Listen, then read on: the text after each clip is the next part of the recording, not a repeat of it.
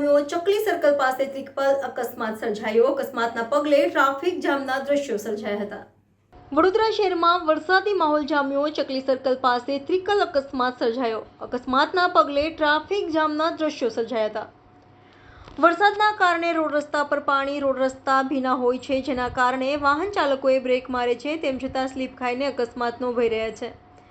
અત્યારે આજરોજ વડોદરાના ચકલી સર્કલ પાસે એક સાથે ત્રિપલ અકસ્માત સર્જાયો હતો। એક સાથે 3 કાર અથડાતા રોડ પર ટ્રાફિક જામના દ્રશ્યો સર્જાયા હતા।